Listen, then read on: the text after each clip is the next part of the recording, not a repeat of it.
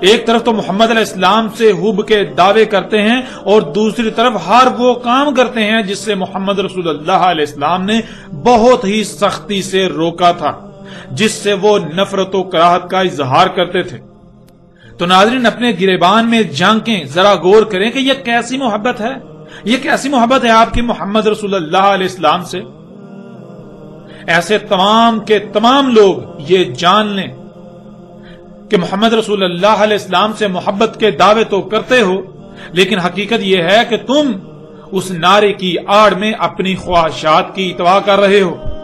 یہاں وہ لوگ بھی اپنے گریبان میں جھانکیں جن کی مساجد کی تعمیر سے لے کر ان کے گھروں کے سامان کے اخراجات تک انہی عرب ممالک سے آتے ہیں، جن کا نان نفقہ عربوں کے ساتھ جڑا ہوا ہے، ان عربوں کے ساتھ جو آج اللہ کے غیب سے کفر کر رہے ہیں، جو اللہ کی آیات کی تکذیب کر رہے ہیں، دن رات فساد عظیم بپا کر رہے ہیں، اور ان کو اپنے لیے اسوہ حسنہ سمجھنے والے جو دن رات عربوں کے گن گاتے ہیں، جو عربوں سے اتنے متاثر ہیں کہ اسلام صرف عربوں میں ہی انہیں نظر آتا ہے، جو عربوں کے خلاف بات کو اللہ کی ذات میں گستاخی سمجھتے ہیں، وہ طبقہ خود سے بڑھ کر کسی کو مومن و موحد نہیں سمجھتا۔ ذرا اپنے گریبان میں جھانکیں۔ آپ سے سوال ہے کہ کسی کے قتل کی اجرت سے مساجد تعمیر کی جا سکتی ہیں؟ شراب بیچ کر مساجد و چندے دیے جا سکتے ہیں؟ اگر نہیں تو جن چندوں پر تم پل رہے ہو، جن چندوں سے مساجد کے نام پر اپنے کمائی کے اڈے تعمیر کر رہے ہو، ذرا غور کرو وہ چندے کہاں سے آ رہے ہیں؟ وہ اسی آگ کی کمائی ہے جو اللہ کے غیب سے تھی۔ اس آگ کو نکالا اور پوری دنیا کو فساد زدہ کر دیا۔ یہ چندے فساد فی الارض کی کمائی ہیں، یہ چندے اللہ سے دشمنی کی اجرت ہیں۔ کیا یہ سب جائز ہو گیا؟ کیا یہ سب محض تمہیں چندے دینے کی وجہ سے جائز و حلال ہو گیا؟ جن کا تم دم بتے ہو، کیا بذات خود محمد رسول اللہ علیہ السلام نے یہ نہیں کہا تھا کہ اپنے ہاتھ کو اس آگ سے کچھ لینے سے روکے رکھنا، اس آگ سے بالکل کچھ نہ لینا؟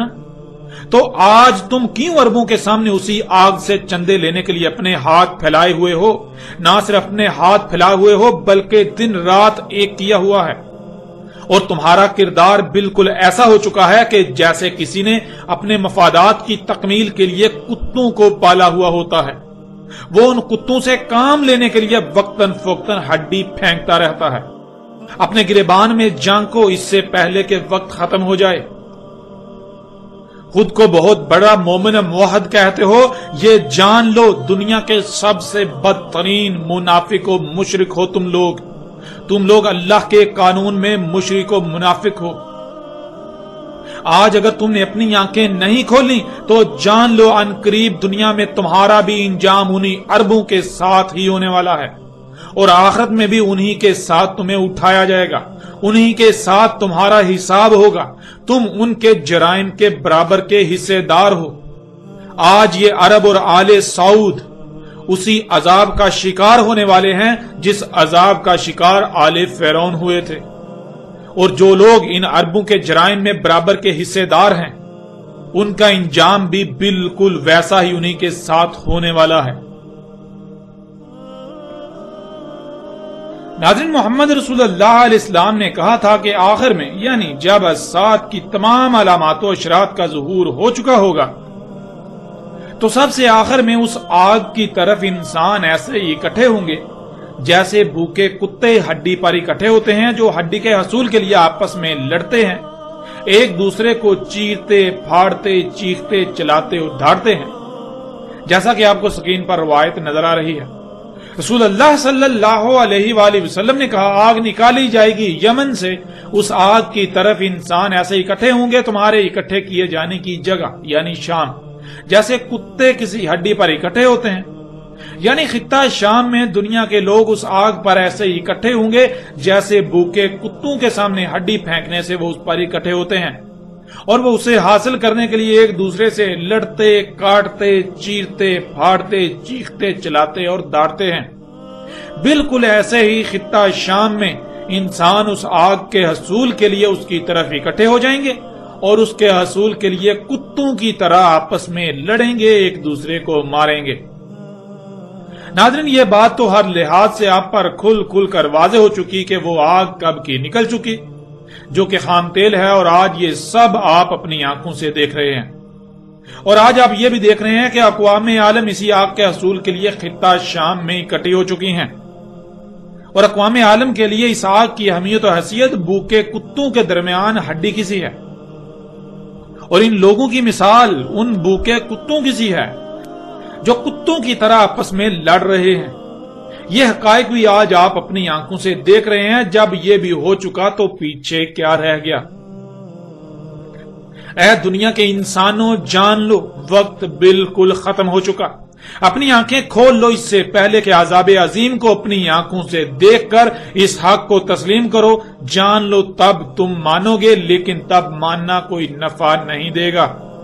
آج تمہیں یہ حقائق بہت تلخ لگ رہے ہوں گے، لیکن جان لو اس سے حق بدلنے والا نہیں ہے۔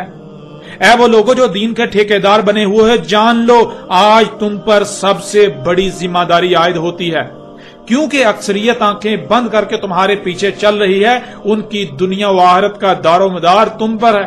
اگر تم حق کو تسلیم کرتے ہو، حق کی تصدیق کرتے ہو، تو تمہارے پیچھے چلنے والے دنیا و آخرت میں ہلاکت سے بچ جائیں گے۔ اور اگر تم لوگوں نے حق کو اپنی آنکھوں سے دیکھنے اور بالکل کھل جانے کے بعد بھی حق سے اعراض کیا، حق کی تصدیق نہ کی، تو تم اللہ کے بہت بڑے مجرم ہوگے۔ عذاب عظیم تمہارے سر پر آ چکا۔ جان لو کل کو تم یہ نہیں کہہ سکو گے کہ تمہیں متنبہ نہیں کیا گیا تھا، تمہیں عذاب دیے جانے سے پہلے متنبہ نہیں کیا گیا تھا، یہ تم نہیں کہہ سکو گے۔ آج تمہیں کھول کھول کر متنبہ کیا جا رہا ہے۔ اللہ سے رجوع کرو، حق کی نصرت کرو اس سے پہلے کہ وقت ختم ہو جائے، اور جان لو بلا شک و شبہ وقت ختم ہو چکا۔ عذاب تمہارے سروں پر منڈلا رہا ہے۔ صرف اتنا ہی وقت تمہارے پاس ہے جب تک کہ ہر لحاظ سے، ہر پہلو سے کھول کھول کر متنبہ نہیں کر دیا جاتا، اور یہ سلسلہ بھی بہت جلد مکمل ہونے کو ہے۔ ناظرین، اسی آگ کو جہاں نہ صرف محمد رسول اللہ علیہ السلام نے کھول کھول کر واضح کر دیا تھا، اس کے بارے میں رہنمائی میں کوئی کسر نہیں چھوڑی تھی، تو وہیں اس آگ کو ایک اور مختلف پہلو سے بھی واضح کر دیا۔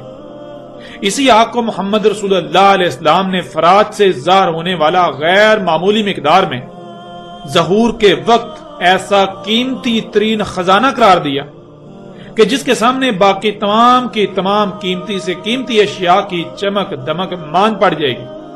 اور مزید اس کے بارے میں کیا کہا، آئندہ ایک ساتھ میں اس موضوع پر بات کریں گے۔